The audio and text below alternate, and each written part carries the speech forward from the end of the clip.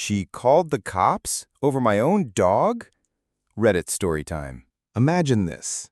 You order food, let your dog out, and minutes later, the police are at your front door. Why? Because someone reported your golden retriever as stolen. Buckle up. This is one of the most unbelievable delivery stories you'll hear today. After a rough day at work, all I wanted was to relax. So I ordered delivery, let my dog out into the yard, and sat outside to wait. Since GPS often leads people in circles near my place, I usually wait out front so I can flag drivers down. My dog and my neighbor's dog are best buds. They often go back and forth through a doggy door on our shared fence. That day, they were playing in her yard when I got the delivery alert. I called my dog over using our little game we call Runaway, where he chases me full speed. He followed me in, I got him through the storm door, and waved to the driver. That's when things got strange. The driver asked, "Is that your dog?" I thought she was just a dog person making small talk. I responded kindly, told her his name, and even asked if she wanted to say hi. She didn't. Instead, she quietly dropped the food, hurried back to her car, and stayed parked down the street. I assumed she was checking directions, but minutes passed, and she didn't drive off. 10 minutes later, my dog starts barking like crazy. I check my camera feed and see 2 police cars outside. They're walking around, checking my and my neighbor's yards. I step out, and they say they were called to investigate a stolen golden retriever at my address. I explain everything, how both dogs play together, how I brought my own dog in, and that he lives here. I let my dog out to greet them. He happily runs over, tags jingling. His collar had my name, number, and address. That was all the proof they needed. The officers were respectful and clearly ready to wrap things up. Just as things were calming down, the delivery driver came back, creeping down the street slowly in her car. I pointed her out to the officers, and they stopped her vehicle to speak with her. And that's when it got even more bizarre. She broke down sobbing, hysterical. She told the officers that she saw me take the dog from the neighbor's yard and that, quote, "animals don't get justice." Then she said something that truly shocked everyone. People like him don't own golden retrievers. They only have pit bulls and Rottweilers. I couldn't believe what I was hearing. I wasn't about to engage. My day had already been stressful enough. I went back inside, sat down, and just let the cops handle it. A few minutes later, they all left. I assumed she got a warning. I reported her to the delivery service, and they offered me credit toward my next meal. I used that credit to treat myself to a nice slice of carrot cake. Because in the end, I didn't get arrested, but I did get dessert. Sometimes you don't need revenge. You just need peace and a little frosting. Thanks for listening. If you want more wild Reddit stories like this, be sure to like, comment, and subscribe. And hey, don't forget to check on your dog. You never know what someone thinks they saw. See you in the next one. I ate too many edibles before dinner with my in-laws and completely lost it.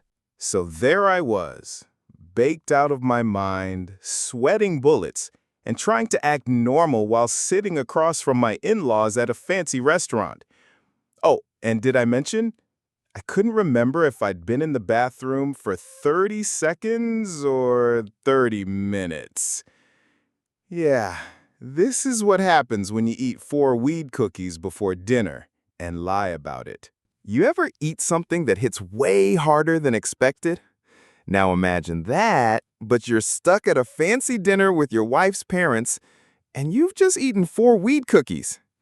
Yeah, this is gonna be a wild one. So I flew to Denver with my wife and her parents. As someone from a non-legal state, the idea of walking into a dispensary felt like Christmas morning. I was beyond excited to try the good stuff legally. First stop after landing, dispensary. And oh man, it was magical. Rows of sparkling jars, helpful bud tenders asking if I wanted to feel relaxed, energized, or lightly cosmic? Naturally, I said yes to all of the above. I bought way too much. Edibles, flour, the works. My wife, being the reasonable one, was skeptical. But I convinced her to grab a pack of Ginger Snap cookies for me to snack on quietly until we found somewhere to light up. That pack said half a cookie per dose. But half a cookie? Seriously? I ate one whole, then two more when she wasn't looking. Mistake. Big mistake. 30 minutes later, we're riding to dinner with her parents. My stomach growls like a horror movie soundtrack. My wife gives me that look.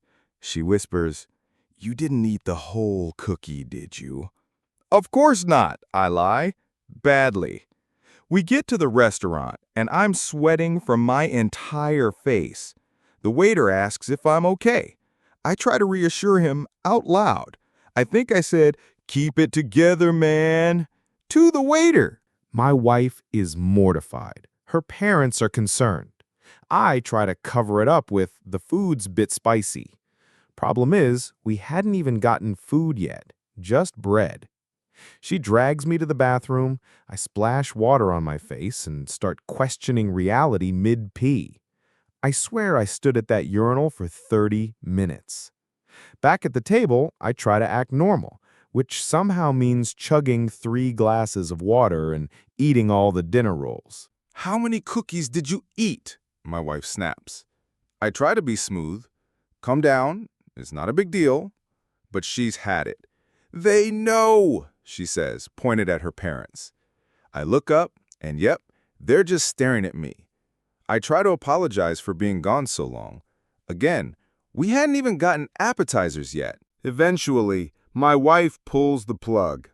I give a double-handed wave goodbye to her parents like a Disney character, and she hauls me out of there.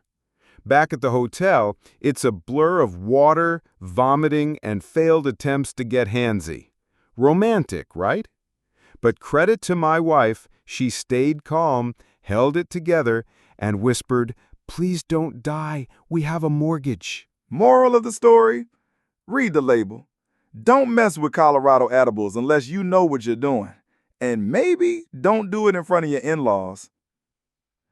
Thanks for watching. If you want more hilarious Reddit stories like this, hit that like button, subscribe, and check out this full compilations for the rest of other videos. I accidentally cheated on a test and told the professor. Reddit story time. Imagine taking a college exam, accidentally cheating, and then walking into your professor's office to confess everything. This is the wild story of how one student almost got expelled over a total mix-up, and why honesty might have saved them from disaster. So, a few years ago, during my freshman year of college, I decided to take Psychology 101 as an elective. It had nothing to do with my major, I was just genuinely interested. The professor? Total hard-nosed, no-nonsense type. Passionate, brilliant, intimidating. And his class came with one very strict rule. Absolutely no notes during tests. If you were caught cheating, even once, he swore he'd not only kick you out of the class, but try to get you expelled from the entire university. Fast forward a couple months. I was gearing up for my second psych exam, but I also had a history test scheduled for the same day. The twist, the history exam was open book. The psychology one was definitely not. I crammed the night before, shoved my notes in my bag, and headed to the test center. The test system lets students self-schedule exams in monitored computer labs. I took what I thought was the open book history test first, but nope. It was the psychology exam, and I had my notes out the whole time. It wasn't until I submitted that exam and loaded the next one that I realized. The history test clearly said open book on the first page. My stomach dropped. I froze. I looked at the exam monitor, completely unaware, scrolling on their laptop. Should I say something? Would they expel me? Would they even believe it was a mistake? After a few agonizing minutes, I made a decision. I stayed quiet, took my history test, then immediately retook the psych exam without using my notes, on purpose. Even changed a few answers to be wrong, so it wouldn't look like I aced it unfairly. A day later, I got an email from the professor. Due to a tech issue, he couldn't upload scores before Thanksgiving break, so he asked everyone to come to his office to get the results in person. Weird, but okay. When I showed up, I nearly bumped into another student leaving his office in tears. Apparently, she'd been caught cheating off someone else and got expelled from the class. He had to notify the department. It was serious. And suddenly, I felt like the biggest fraud on campus. When I sat down, he told me I passed with an 87. And then I confessed. I told him everything. The mix-up, the notes, the retake, all of it. He stared at me in disbelief, asked, "Why would you even tell me this? You could have walked away clean." I told him I couldn't handle the guilt, especially after seeing someone else punished. Turns out, years later, I'd find out I'm autistic, and following the rules to the letter, kind of a core trait for me. He sat quietly for what felt like forever, and then just said, "Have a good Thanksgiving break." I blinked. Wait, what? He added, "I've never had a student admit to cheating like this. I actually believe you. And frankly, you've shown more integrity than most." Then he waved me off with a final warning. "Get out before I change my mind and fail you now." I was stunned. Not only did I avoid expulsion, I was still in the class. My punishment? He counted the lower scoring retake as my final grade. Fair enough. From then on, he required his TAs to monitor test centers personally when his students were testing, and I had to schedule my future exams very carefully. But I happily followed every extra rule he gave me after that. I passed the class with a solid B+ and learned a lesson I'll never forget. Sometimes doing the right thing feels absolutely terrifying, but it can also be the reason someone gives you a second chance. Thanks for watching. If you like this story, hit that like button, subscribe for more, and let me know, would you have confessed? Until next time, good luck on your exams, and don't forget which one's open book. I lost my entire life savings to gambling, then owed the IRS $100,000. Imagine going from $500,000 in savings to staring at an empty bank account with a six-figure tax bill you can't afford to pay. This is the true story of how one man lost everything, not to a scam or bad investment, but to gambling. And worse, it all started with a win. I'm 38 years old. I work in IT, have a background in software engineering, and I've been making six figures since my late 20s. I lived frugally, save aggressively, and don't splurge on flashy stuff. For years, I'd built a rock-solid financial life, over $500,000 in my retirement account, and more than $100,000 just sitting in checking. I wasn't rich, but I was financially secure. No job could shake me, no emergency could wipe me out. Or so I thought. I always enjoyed casual gambling. A night at the casino here and there, some Texas Hold'em with friends. Then one day, I took $600 to the casino and hit the most insane hot streak of my life. Playing Ultimate Texas Hold'em, I couldn't lose. Full houses, straights, blind raises, it didn't matter. I was betting the table max and winning hand after hand. The casino had to refill their chips 6 times just to keep up with me. When I finally stood up, I had won over $30,000. And that moment, that was the beginning of the end. The money didn't even matter. I could already afford anything I wanted. But that feeling, that rush, I wanted more. I went back the next weekend, then the next, and I won again. Another $20,000 in just a month. My closet had bundles of cash just sitting there. I bought a house, spent $40,000 on renovations, but I made sure to keep the cash for more casino trips. I didn't realize it at the time, but I was already in trouble. I stopped playing to have fun and started playing to chase that high, to chase that first win. I started losing, slowly at first, $5,000, $10,000, but I didn't want my friends to know. I told them I still had the cash. I told my mom, who came to visit, that I hadn't gambled much lately. I was lying to everyone, including myself. The casino gave me free perks, cruises, steak dinners, and $500 in free play every week. I told myself I was just going to use the free play. But every time I ended up blowing thousands. Some weeks I lost $10,000 in a single visit. My bank app told me, "You spent $30,000 less this month than last month." And my heart sank.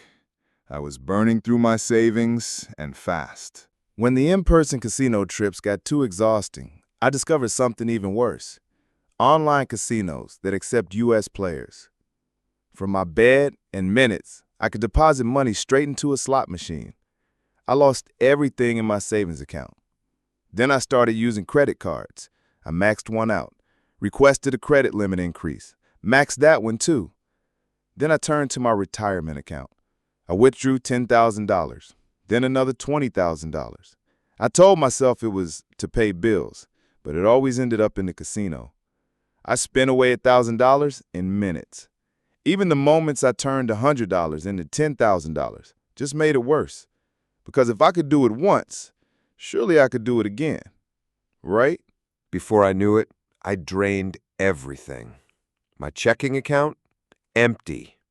My retirement account, drained below the point where I could even afford the taxes I now owed for the early withdrawals. And that was when reality hit me. I wasn't just broke. I was in debt, and I owed the IRS. The guilt was crushing. The anxiety was overwhelming. I couldn't sleep.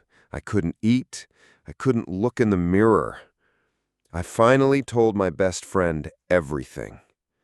And that conversation, that was the first step toward turning things around. I've stopped gambling completely. I've built a strict budget.